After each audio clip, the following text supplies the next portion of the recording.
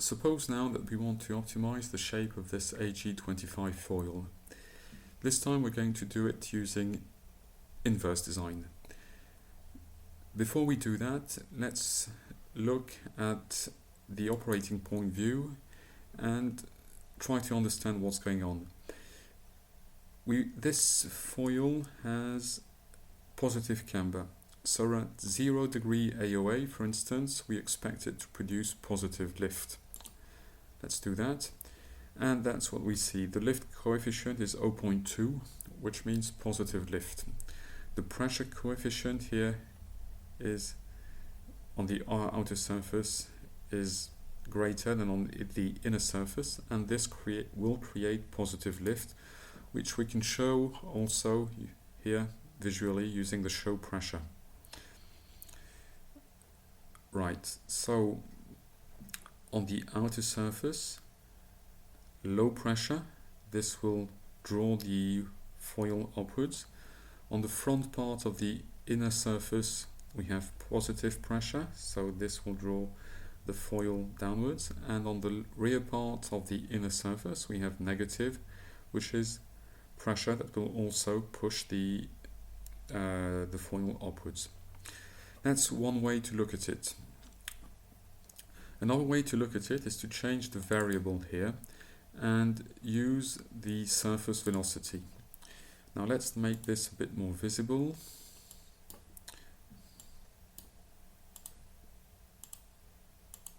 Right. Due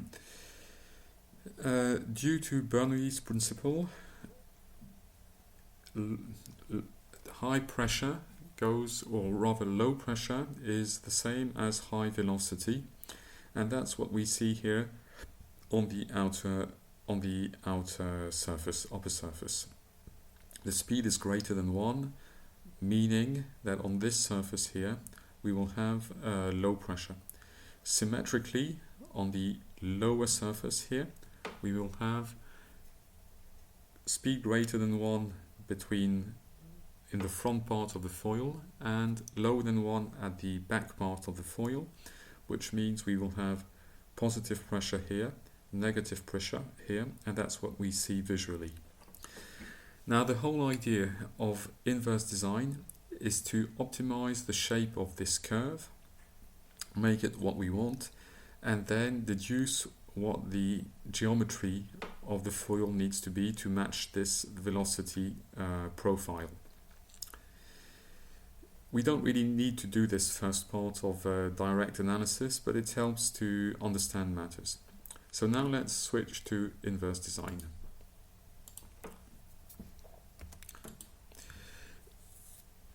What we see in inverse design is the same curve, except this time it's plotted as a continuous curve from 0 to 1. This is the curve, the part of the curve which corresponds to the lower pressure of the foil, and this part, to the upper surface, low surface, upper surface. In inverse design we have two options, full inverse and mixed inverse designs.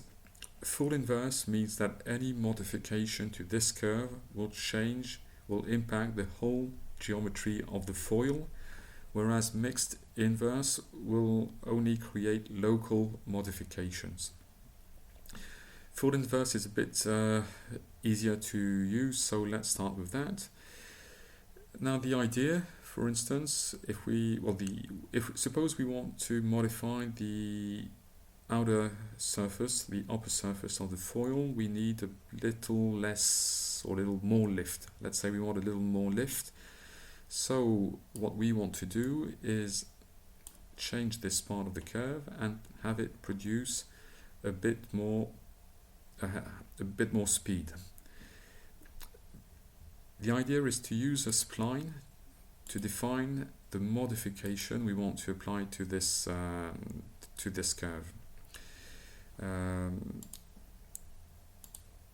Now one thing I've done is I've activated the tangent spline here. This ensures that the spline and the curve will be tangent, and this will give us a smoother airfoil shape. This constrains the position of this first control point of the spline. Same at the rear end of the upper surface, and suppose this is going to be our new shape here.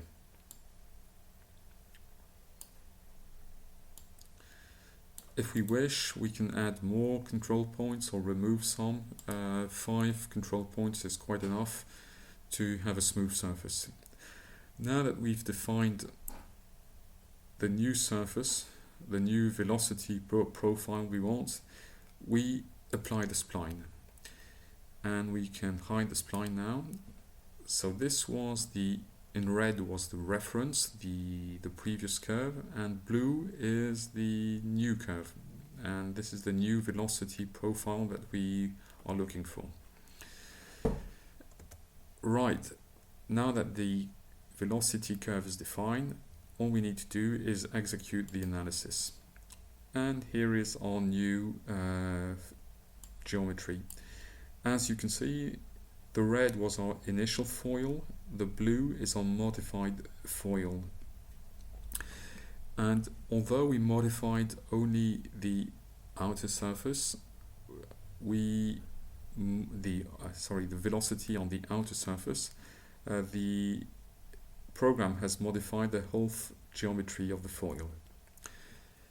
This may not necessarily be what we want, so let's reset things to what they were, and let's use mixed inverse design. So it works really much the same. We define a spline, we change the geometry, we change the velocity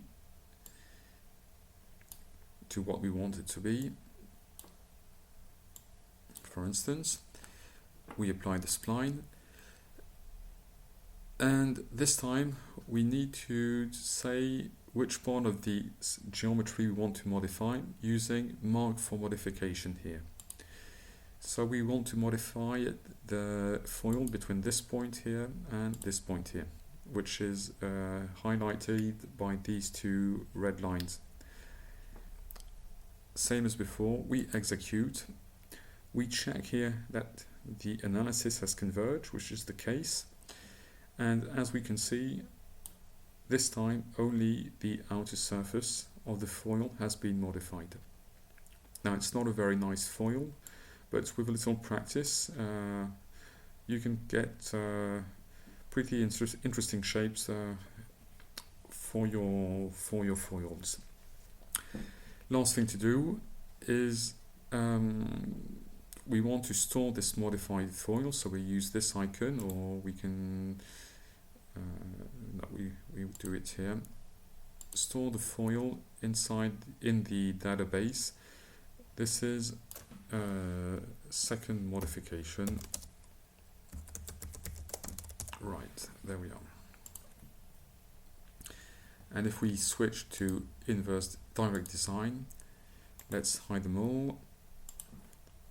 Show only our modified, our original foil. There we are. And we can run an analysis on this modified foil. As always, I find it good practice to repanel. So let's do that.